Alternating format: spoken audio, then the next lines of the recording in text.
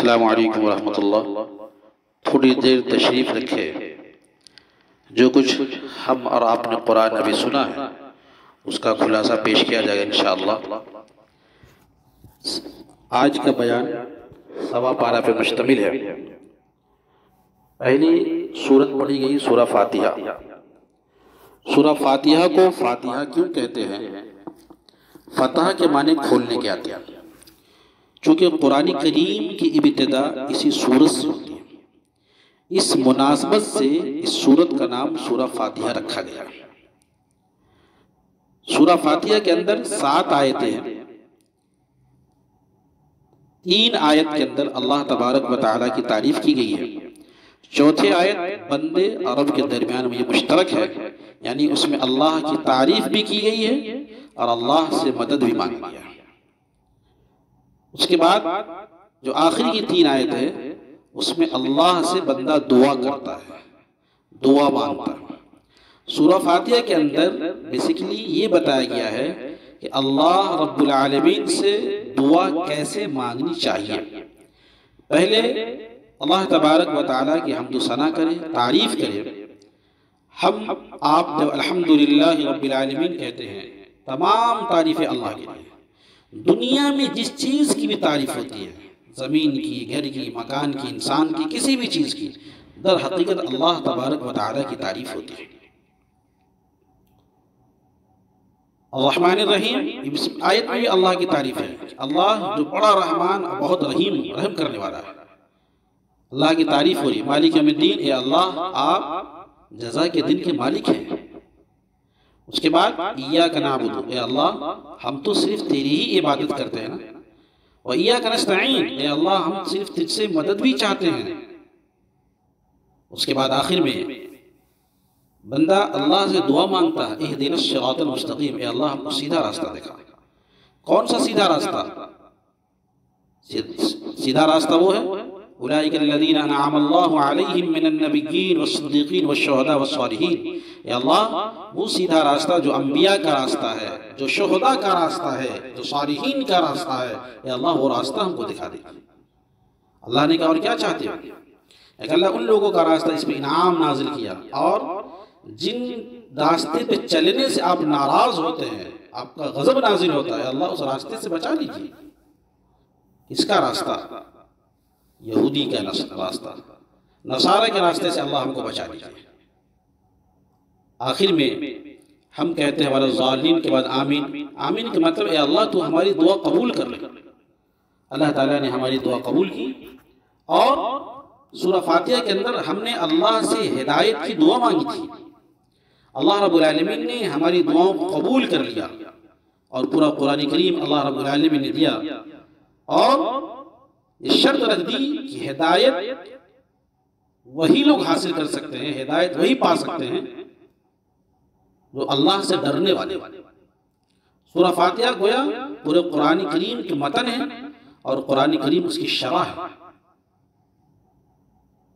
پہلے اللہ نے کہا اس ہدایت تم نے اس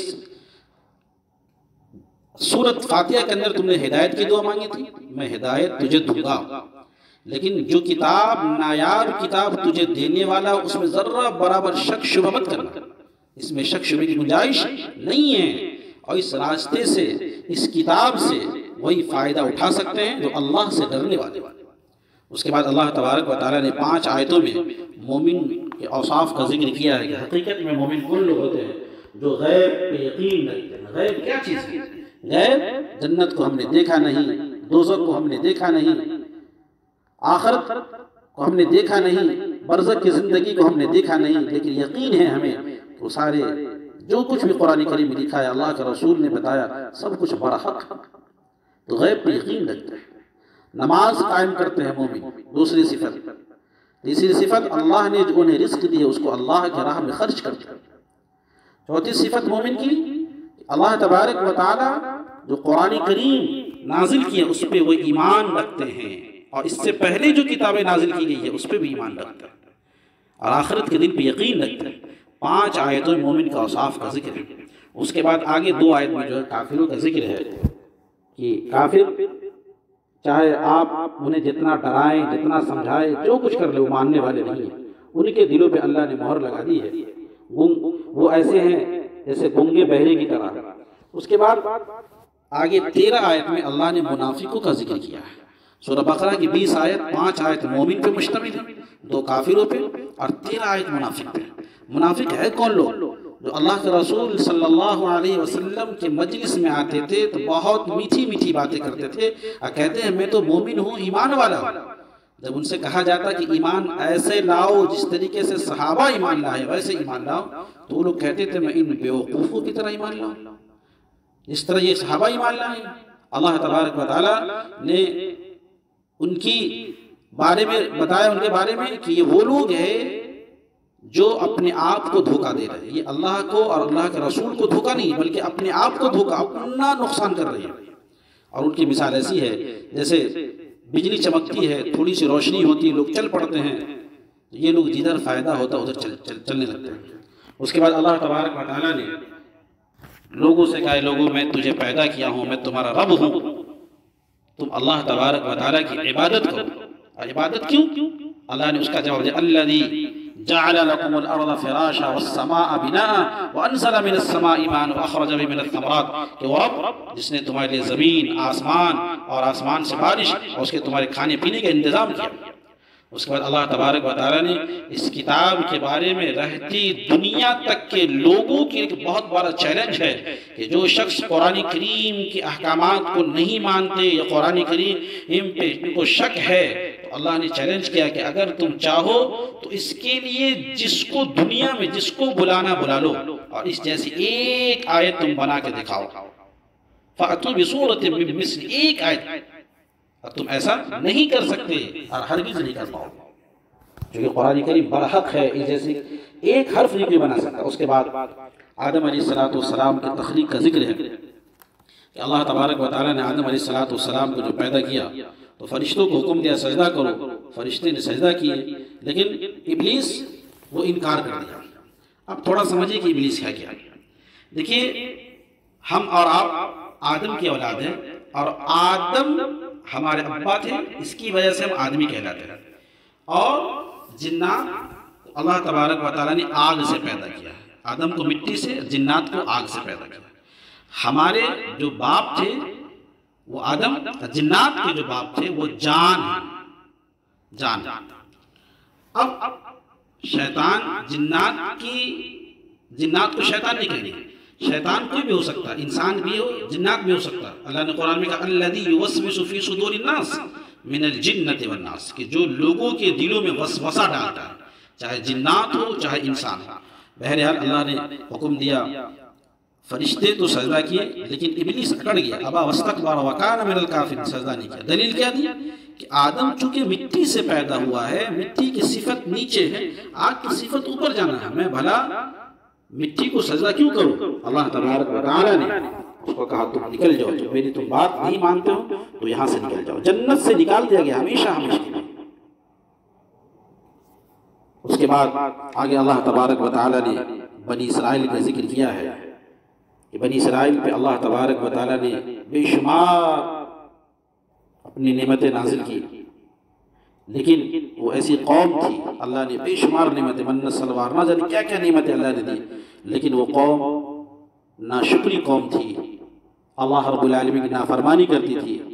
اللہ تبارک و تعالیٰ نے اس کی گرفت کی اور عذاب کی مستحق ہوئی۔ اس کے بعد آگے اللہ تبارک و تعالیٰ نے ابراہیم علیہ السلام کا تذکرہ کیا ہے، اختصار کے ساتھ بتا رہا ہوں چونکہ وقت زیادہ ہو جائے گا۔ اس سے قبل یہ کہ ایک یہودیوں کا ذکر ہے۔ یہودی جب اللہ کا رسول صلی اللہ علیہ وسلم کے خدمت میں آتے تھے تو ایسے الفاظ توڑ مروڑ کے بولتے تھے، یا ایھا الذین آمنوا لا تقولوا راعینا، وہ کہے راعینا، راعینا کے معنی ہوتے ہیں اے چرواہے، اے میرے طرف متوجہ، راعینا کے معنی لسن ٹو می، میرے طرف توجہ ہو جائے، لیکن اپنی زبان کو تھوڑا سا مروڑ کے بولتے تھے، اس کی میننگ بالکل اپوزٹ ہوتی۔ اللہ تبارک و تعالیٰ نے کہا، صحابہ کو بھی حکم دیا کہ اس طریقے کے الفاظ، جیسے کوئی ٹیچر کلاس میں پڑھاتا ہے، اسٹوڈنٹ کہتا ہے یا ٹیچر ہی کہتا ہے لسن ٹو می، میری بات سنو، میری طرف توجہ دو، میری طرف توجہ دیجیے، وہی اس طرح کے الفاظ نہ کہو بلکہ اس کی جگہ انظر نہ کہو، دوسرا الفاظ اس میں ایک بات یہ بتائے گی کہ انسان کو مشکوک الفاظ سے بچنا چاہیے. جیسے حدیث میں آتا ہے نا کہ اللہ کے رسول صلی اللہ علیہ وسلم کے پاس ایک شخص آیا, اس نے کہا السلام علیکم, یعنی آپ پہ موت ہو, سلام کو توڑ مروڑ دیا. اس طریقے سے چاہے سلام کرنے میں یہ کچھ الفاظ ہو, مشکوک الفاظ سے انسان کو بچنا چاہیے. اس کے بعد ابراہیم علیہ السلام کا ذکر ہے کہ ابراہیم علیہ السلام کو اللہ تبارک و تعالیٰ نے وَإِذِ ابْتَلَىٰ إِبْرَاهِيمَ رَبُّهُ بِكَلِمَاتٍ فَأَتَمَّهُنَّ قَالَ إِنِّي جَاعِلُكَ لِلنَّاسِ إِمَامًا. ابراہیم علیہ السلام کو اللہ رب العالمین نے بہت آزمایا, بڑی آزمائش ہوئی, اور ہر آزمائش میں وہ کھڑے اترے. اللہ رب العالمین نے انعام دیا کہ قال انی جاعلک للناس اماما, لوگوں کا امام. یہودی بھی اپنے امام مانتے ہیں, نصارہ بھی مانتے ہیں, اور امت مسلمہ بھی اس کو ابراہیم علیہ السلام ان کو امام مانتے ہیں. پھر ابراہیم علیہ السلام اور اسماعیل علیہ السلام کا خانہ کعبہ تعمیر کرنے کا ذکر ہے کہ دونوں باپ بیٹوں کو حکم دیا گیا کہ اللہ کے گھر کو بناؤ, تعمیر کرو خانہ کعبہ. جب مکمل ہو گیا تو ابراہیم علیہ السلام نے اللہ سے دعا کی, ربنا وابعث فیہم رسولا منہم یتلو علیہم آیاتک, یعنی دعا کیا ہے ہمارے رب ہم میں سے ایک ایسا رسول مبعوث فرما جو تیری آیتوں کی تلاوت کرے, حکمت کی تعلیم دے, اس کے ذریعے لوگوں کو پاک اور صاف کرے. اللہ تبارک و تعالیٰ نے ابراہیم علیہ السلام کی دعا سنی اور رسول اکرم صلی اللہ علیہ وسلم کو انہی کے نسل میں مبعوث فرمایا. اس کے بعد ایک بہت اہم آیت ہے. ہم اور آپ دنیا میں رہتے ہیں, اپنے بیٹوں کو کیا نصیحت کرتے ہیں, آخری وقت میں کیا وصیت کرتے ہیں, مر جاؤں گا یہ پراپرٹی, یہ جائیداد, یہ زمین یہ تمہاری ہوگی. لیکن اللہ تبارک و تعالیٰ نے یہاں پر یعقوب علیہ السلام کا ذکر کیا. جب یعقوب علیہ السلام دنیا سے جانے والے تھے, آخری وقت تھا, اذ حضر یعقوب الموت اذ قال لبنیہ ما تعبدون من بعدی. یعقوب علیہ السلام اپنے بیٹوں کو وصیت اور نصیحت بھی کر رہے ہیں, پوچھ رہے ہیں اسے, اے میرے بیٹے, قالوا نعبد, میرے بیٹے میرے مرنے کے بعد, دنیا سے جانے کے بعد تم کس کی عبادت کرو گے؟ بیٹوں نے جواب دیا, قالوا نعبد الہک و الہ آبائک ابراہیم و اسماعیل و اسحاق الہ واحدا, کہ ابا حضور آپ جس رب کی عبادت کرتے تھے اس رب کی میں بھی عبادت کروں گا. ابراہیم علیہ السلام, اسماعیل اور اسحاق جس رب کی عبادت کرتے تھے اس کی میں بھی عبادت کروں گا. اس کے بعد دوسری پارہ میں تحویل قبلہ کا ذکر ہے. تحویل قبلہ کہتے ہیں قبلے کے ڈائریکشن کا واقعہ. اللہ کے رسول صلی اللہ علیہ وسلم جب ہجرت کر کے مکہ سے مدینہ گئے تھے تو اللہ تبارک و تعالیٰ نے یہ حکم دیا تھا اپنا رخ جو ہے بیت المقدس کے جانب کر کے نماز پڑھیں. چونکہ مصلحت یہ تھی کہ یہودی اسی طرح رخ کر کے عبادت کرتے تھے. ممکن ہے کہ آپ صلی اللہ علیہ وسلم کو ایسا کرتے ہوئے دیکھ کر کے وہ ایمان میں, اسلام میں داخل ہو جائے. لیکن اللہ نے اس کے چونکہ معنی نے اللہ نے جواب خود دے دیا ہے, وَلَن تَرْضَىٰ عَنْكَ الْيَهُودُ وَلَا النَّصَارَىٰ حَتَّىٰ تَتَّبِعَ مِلَّتَهُمْ, کہ نبی اکرم صلی اللہ علیہ وسلم یہ یہودی یا نصارہ آپ کی دین کی اتباع ہرگز نہیں کریں گے جب تک کہ آپ اس کی دین کی اتباع نہ کریں. بہرحال 17 ماہ کے بعد اللہ تبارک و تعالیٰ کا حکم آتا ہے اور قبلہ جو ہے بیت المقدس کے بجائے خانہ کعبہ کی طرف حکم ہوتا کر لینے کے لیے. اور اس میں نماز میں بسا اوقات اللہ کے رسول صلی اللہ علیہ وسلم اپنی نگاہیں اوپر کر کے دیکھا کرتے تھے, قد نرا تقلب وجهك في السماء, کہ ممکن ہے کہ جبریل علیہ السلام آئے اور حکم مل جائے. اللہ تبارک و تعالیٰ نے نبی اکرم صلی اللہ علیہ وسلم کی اس منشا کو قبول کیا اور نماز کے اندر حکم آیا اور قبلے کی تحویل کا یعنی قبلے کی ڈائریکشن چینج کرنے کا حکم آیا, اور نماز کے اندر اللہ کا رسول تمام صحابہ اس طرف رخ کر لیا. اس کے بعد یہودی نصارہ طنز کرنے لگے کہ کیسے لوگ, ان کا کوئی دین دھرم نہیں, کبھی ادھر رک کر کے نماز پڑھتے ہیں, کبھی ادھر رک کر نماز پڑھتے ہیں, کبھی ادھر رک کر نماز پڑھتے ہیں. اللہ تبارک و تعالیٰ نے اس کا بھی جواب دیا ہے. اصل چیز یہ ہے نہ وَلِلَّهِ الْمَشْرِقُ وَالْمَغْرِبُ فَأَيْنَمَا تُوَلُّوا فَثَمَّ وَجْهُ اللَّهِ. اصل چیز بیسیکلی یہ ہے کہ اللہ کی اطاعت, اللہ کی بندگی مقصود ہے. اللہ نے جس طرف رک کر کے نماز پڑھنے کا حکم دیا ادھر پڑھ دیتے. اب اللہ کا حکم چونکہ ادھر آ گیا ہے, ادھر رک کر کے نماز, یہ اللہ تبارک و تعالیٰ کی اطاعت ہے, فرما برداری ہے. ہم نماز جو پڑھتے ہیں تو گویا مشرق یا مغرب یا اتر دکھن کی ہمارے لیے وہ اصل بیسیکلی وہ چیز نہیں ہے. ہم خانہ کعبہ کی طرف رک کر کے نماز پڑھنا ضروری ہے. تو چونکہ ہندوستان پاکستان ایشیا کی طرف سے پچھم کی طرف پڑتا ہے, اس لیے ادھر رک کر کے نماز پڑھنے کا حکم ہے. جو لوگ اس کے اپوزٹ ہوں گے, وہ کوئی وہاں خانہ کعبہ میں جو لوگ جاتے دیکھتے گول میں, کوئی پورب کوئی پچھم کوئی دکھن کوئی اتر کی نماز پڑھتے ہیں، تو نہ ہمارے اگر کبھی کوئی غیر مسلم یہ اعتراض کرے کہ ہم مشرق کی طرف رک کر کے عبادت کرتے ہیں، پچھم تو فرق کیا نہیں، بیسیکلی ہم خانہ کعبہ کی طرف ڈائریکشن کرتے ہیں، اللہ کا چونکہ حکم ہے۔ اس کے بعد اللہ تبارک و تعالیٰ نے بتایا کہ مسلمانوں پہ آزمائش آئے گی اور ہر طریقے سے تم آزمائے جاؤ گے، مال دولت میں کمی کر کے، تمہارے اولاد کو لے کر کے ڈر اور خوف سے تمہاری آزمائش ہوگی، اس سے کوئی انسان بچ نہیں سکتا، لیکن ان آزمائش میں صحیح اتر جائے، کھڑے رہے، ایسے لوگوں کے لیے بشارت ہے اور خوشخبری ہے جو اللہ کے فیصلے پہ راضی ہے۔ اس کے بعد آگے اللہ رب العالمین نے کھانے کے بارے میں کہا، یا ایھا الناس کلوا مما فی الارض حلالا طیبا، لوگوں کو حکم ہے کہ تم پاکیزہ مال کھاؤ، حلال مال کھاؤ، چونکہ دیکھیے انسان کی عبادتیں حرام کھانے کی وجہ سے قبول نہیں ہوتی۔ پورے قرآن کریم میں 3 جگہ ہے، یا ایھا الناس کلوا مما، ایک جگہ اللہ نے انسان کو خطاب کر کے کہا، یا ایھا الناس کلوا مما فی الارض حلالا طیبا، اے لوگوں پاکیزہ مال جو اللہ نے زمین سے نکالا وہ حلال مطلب جو اللہ نے حلال کیا، جو جائز ہوگا، اور طیب سے مطلب مفسر نے کہ وہ کھانا جو انسان کی صحت کے لیے مفید ہو، وہ کھانا طیب میں مراد ہے۔ دوسری جگہ اللہ نے کہا، یا ایھا الذین آمنوا کلوا من طیبات، اے مومنو اے ایمان والو حلال مال کھاؤ۔ تیسرے اللہ نے کہا نبیوں سے، یا ایھا الرسل کلوا من الطیبات واعملوا صالحا، اے رسولو حلال مال کھاؤ، پاکیزہ مال کھاؤ، واعملوا صالحا، نیک عمل کرو۔ اس سے پتہ چلتا ہے کہ انسان کے کھانے پینے سے اس کے عمل پہ اس کا بڑا گہرا اثر پڑتا ہے۔ حدیث میں آتا ہے کہ 3 شخص کی دعا ردنی کی جاتی ہے، ایک مسافر کی، ایک مظلوم کی اور ایک والدین کی۔ لیکن حدیث میں ہے کہ ایک شخص چونکہ مسافر کی دعا قبول ہوتی ہے، سفر میں ہے، اور اللہ رب العالمین سے دعا کر یا ربی کی ندا لگا رہا ہے، اللہ سے دعائیں مانگ رہا ہے، لیکن اللہ تبارک و تعالیٰ اس کی دعا قبول نہیں کرے۔ کیوں نہیں کرے؟ اس کا کھانا حرام، اس کا پینا حرام، اس کا پہننا حرام، پھر اس کی دعا کیسے قبول ہو سکتی ہے؟ اس لیے ہماری زندگی میں حلال مال بہت اہم ہے اور انسان کو اس کی وجہ سے عمل کی توفیق ہوتی ہے۔ حرام مال سے انسان کا دل سیاہ ہو جاتا ہے، عبادتیں قبول نہیں ہوتی، اس لیے اللہ تعالیٰ نے بہت تلقین کی ہے کہ حلال مال کھاؤ۔ پھر جو چیز حرام ہے، انما حرم علیکم المیتۃ والدم ولحم الخنزیر، کہ اللہ نے مردار کو حرام قرار دیا، خون کو حرام قرار دیا، خنزیر کے گوشت کو حرام قرار دیا، اور وہ چیزیں جو اللہ کے بجائے غیر اللہ کے نام پہ ذبح کیا جائے ان ذبیحہ کو اللہ تبارک و تعالیٰ نے حرام قرار دیا۔ یہ جو آج کچھ پڑھا گیا ہے 12:15 کے اندر، اس کا خلاصہ آپ کے سامنے پیش کیا گیا ہے۔